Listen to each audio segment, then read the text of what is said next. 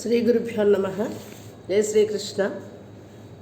గణపతి నవరాత్రుల్లో భాగంగా ఈరోజు మన వీడియోలో మరలా గణపతి స్తుతిని ఒక 2 పద్యాలు అనుసంధానం చేసుకుందాం.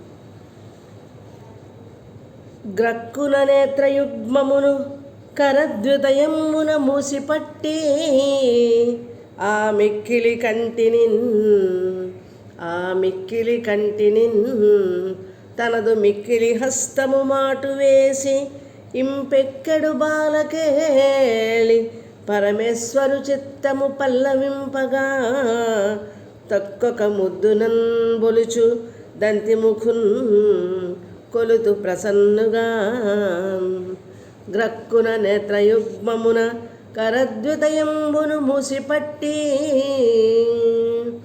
కేతన అనే మహాకవి దశకుమార చరిత్ర అనే ఆ పద్య గ్రంథంలో గణపతి ప్రార్థనగా ఈ పద్యాన్ని అందించారు.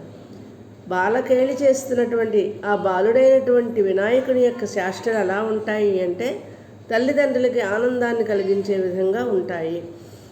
ఆయన ఏం చేశారట, పరమేశ్వరుడికి 3 కళ్ళు కదా, ఆ 3 కళ్ళల్లో 2 కళ్ళని తన చేతులతో మూసివేశాడు. ఆ మిక్కిలి కంటిని తనదు మిక్కిలి హస్తము మూసిపట్టి 3వ కన్నుని తన 3వ చెయ్యి లాంటిది అయినటువంటి తొండముతో మూసివేశాడు. అలాగా బాలకేళి చేస్తూ పరమేశ్వరు చిత్తము పల్లవింపగా ఆ పరమేశ్వరుని యొక్క హృదయం ఆనందభరితమగుచుండగా ముద్దు చేష్టలతో తల్లిదండ్రులను అలరార చేస్తున్నటువంటి బాలగణపతిని నేను కొలుస్తున్నాను అని కవి ఆ పద్యంలో మనకి చక్కని సందేశాన్ని అందించారు. గణపతి హాస్యస్ఫోరకమైనటువంటి సన్నివేశాలను ఇష్టపడతాడట. వికటహ అని ఒక పేరుంది ఆయనకి 16 నామాలలో. వికటహ అంటే హాస్యస్ఫోరకమైనటువంటి సన్నివేశాలతో ఉండేవాడు, వాటిని చూసి ఆనందించేవాడు అని. అటువంటి విషయమే ఈ పద్యంలో మనకి గోచరిస్తుంది. ఆ విధంగా తన తల్లిదండ్రులతో బాల్య క్రీడలు ఆడుతున్నటువంటి గణపతి అని. అలాగే ఆధునిక కవులలో ఒకరైన కరుణశ్రీ జంఝాల పాపయ్య శాస్త్రి గారు గణపతికి మనం పెట్టేటువంటి నైవేద్యాల గురించి ఇలా చెప్తున్నారు. మనం ఆయనకి మధురమైనటువంటి లడ్డూలు, కాజాలు, జిలేబీలు మొదలైనటువంటి ఖరీదైనటువంటి పిండి వంటలు ఏం పెట్టనవసరం లేదు.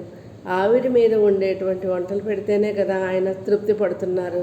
దానినే కవి చమత్కారంగా ఇలా చెప్తున్నారు.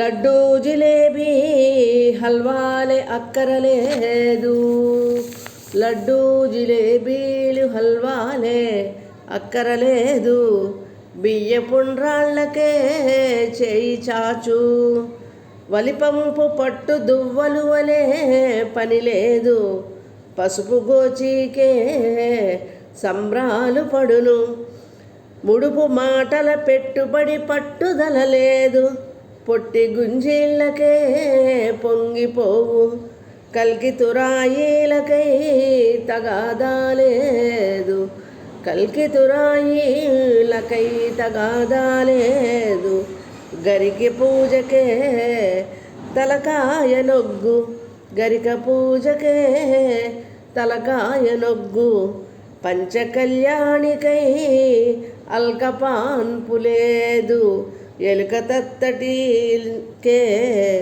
భుజాలెగురవైచు, ఎలుక తత్తడికే భుజాలెగురవైచు, పంచభక్షాలకై మొండి పట్టు లేదు, పచ్చి వడపప్పెతినును వట్టి పిచ్చి తండ్రి అంటారు కరుణశ్రీ గారు. ఎంత సరదాగా ఉండే పద్యం ఇది. ఇందులో వినాయకుని యొక్క తత్వం అంతా మనకు గోచరిస్తుంది. ఆయన లడ్డు, జిలేబీ లాంటి ఖరీదైన వంటలు, మధురమైనవి అవసరం లేదు. బియ్యంతో చేసిన ఆవిరి కుడుములు, ఉండ్రాళ్ళు ఇస్తేనే ఎంతో సంతోషిస్తారు. అలాగే పట్టు వస్త్రాలు కావాలని ఆయన కోరుకోరు. పసుపు చిన్న అంగవస్త్రం, పసుపు వర్ణముది ఆయనకి సమర్పించిన సంతోషిస్తాడు. అల్ప సంతోషి అనమాట. అలాగే మనం సాధారణంగా దేవీ దేవతలకి అధికమైనటువంటి మొక్కులను మొక్కుతూ ఉంటాం. అలాంటి మొక్కుబడులకు కూడా ఆయనకు అక్కర్లేదు.